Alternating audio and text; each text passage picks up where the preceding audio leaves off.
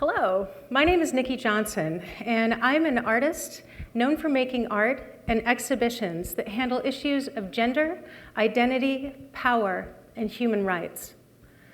As a feminist, my artwork voices my politics, and the shows I curate weave together artists from communities around these themes. Being politically engaged is part of my everyday life. To create social change, I believe that you must be willing to speak up, listen closely to others, and be willing to give of yourself. These beliefs shape my studio practice. The story that I'm here to tell you today has to do with the coverage of one of my pieces going viral not once, but twice. In 2013 and 2015. The first time, the reason why this all happened is because a major world event coincided with me completing a piece that I had been working on for months. And like a unicorn shooting out of a volcano, the coverage of this story, well, it ran around the world. And my studio hours, they turned into night and day sessions of whack-a-moling misconceptions through the press, to the best of my ability, and my life, the intentions behind my work, and my practice were, well, they were compressed into the most awkward sound bites that took form in headlines and tweets. In the studio, I'm used to taking calculated risks, which sounds pretty good, right? I mean, I might lose a day or two to having a mold design fail or finding myself back out on the roads of rural Wisconsin looking for a sign company that can help me with etching letters into kitchen tile. And for me, calculated risk when it's going well is equal parts experimentation and control. Not a bad thing. Well, what do you do when your calculations are proven to be completely off, and the audience that you're used to engaging balloons to encompass all continents but one very cold continent, and the conversation is hot, red hot? When the story broke the first time, I had close to zero experience handling the media. And I viewed journalists in an altruistic light. I absolutely still do. But the sheer volume of interview requests, live and pre-recorded TV, radio studios, they put me way out of my comfort zone. Remember me in the studio, behind the green curtain? I reached out to my mentors and my peers to see if somebody had advice. But nobody had been through it. So I did what any woman fearful for her safety would do. I followed the steps to survive abduction. Slight flair for drama. And what I would say is that with an interview, if this should happen to you, make sure that you do it in a place where you feel comfortable. And then also to establish rapport with the journalist before you begin the interview. This totally works, by the way, and I believe to this day that following these two steps helps with choices made in the editing rooms. As the stories multiplied online, the audience responded in a binary way, good or bad, right or wrong. And the comments sections raved support as well as condemnation for the artwork, as well as for me personally. It was at that point that I realized that the meanings that people were making were as diverse as the communities that they came from, which now encompass the globe. And the art community, the people I'm used to discussing my work with, they were in the extreme minority. It was more than a lot to take in. I also became acutely aware of how contingent the meaning of a piece of art is on where it hangs. Take a gallery, for example. In a gallery, When a piece of art makes its way in the door, it's elevated in value. It's legitimized in many ways.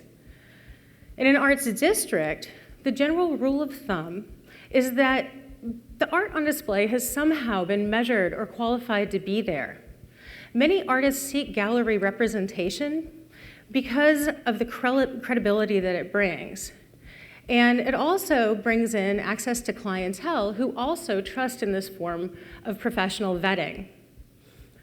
Many artists expect to build themselves over time through these gallery relationships, starting out at an emerging space, and then building your own reputation and value over time as you ascend the food chain of the gallery world. Having an artwork go viral upends the script for success. It completely throws things out of whack. And the credibility of this gallery is non-existent.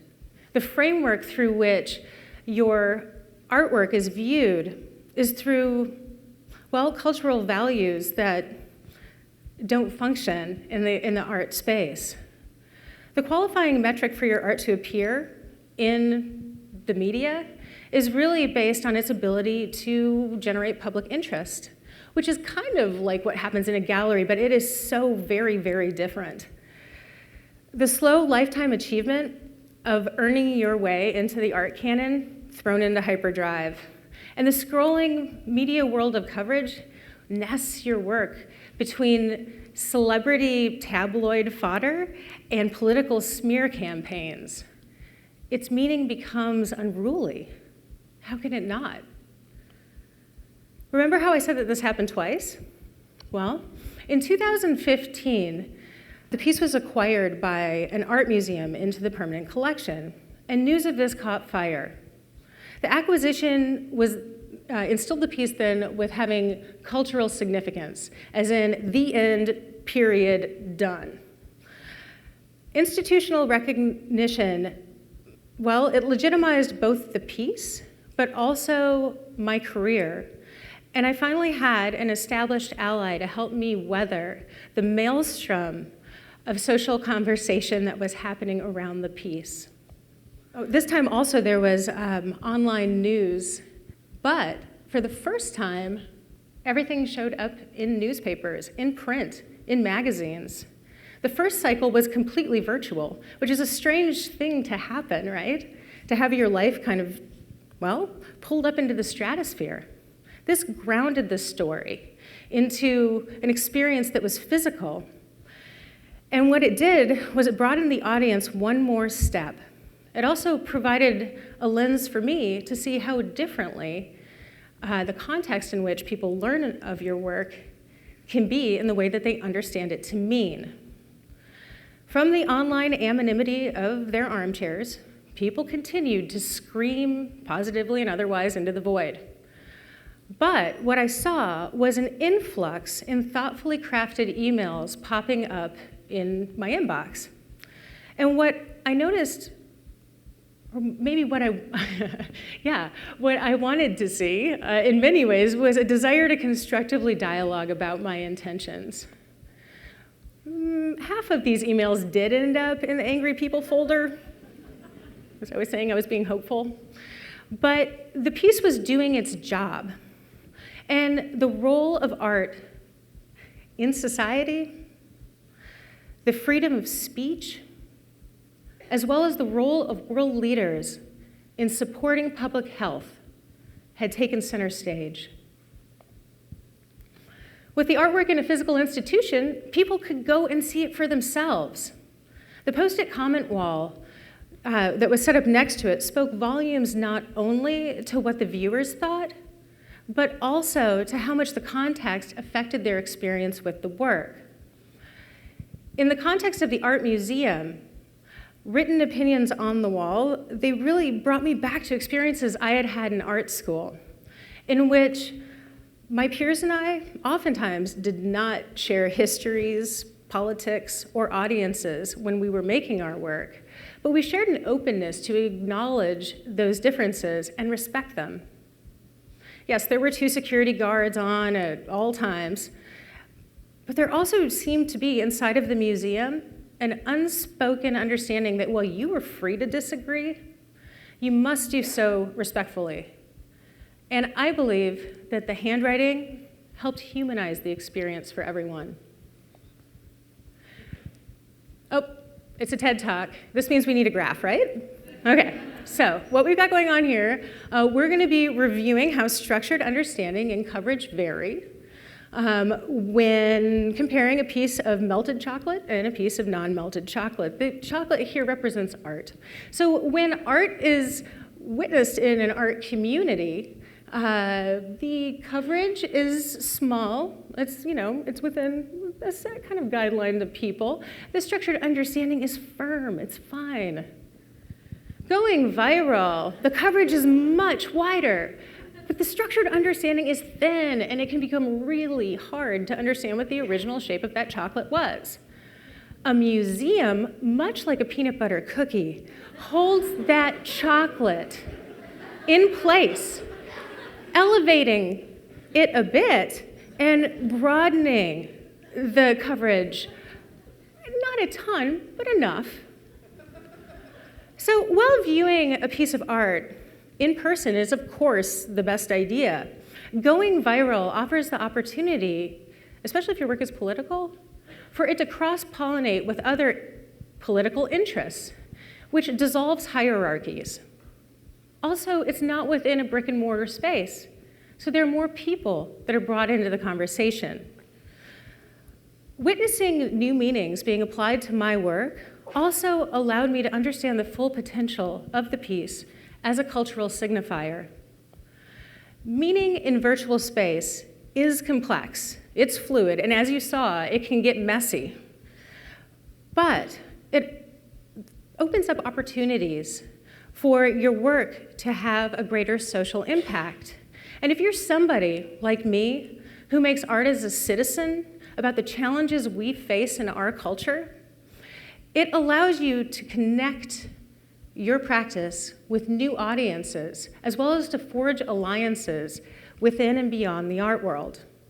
Yes, going viral is completely disruptive to the creative practice. I will not joke about that. And yes, this changed how I envision and talk about my work, because it exploded how I know my audience. It's something I can never unsee. Like most artists, I'm not interested in being in the spotlight, which makes all of this a bit awkward. But that's something that I dream of for my work. Making art is how I can contribute to getting communities to talk. My heart beats one way, and I know I'm limited because I'm only one person. But reaching out is what I can do with this life. And we each have one shot. Unexpectedly, going viral has deepened my understanding of the vital role art plays in society. Because even when unleashed, art maintains its unique ability to start conversation in a single glance. Thank you.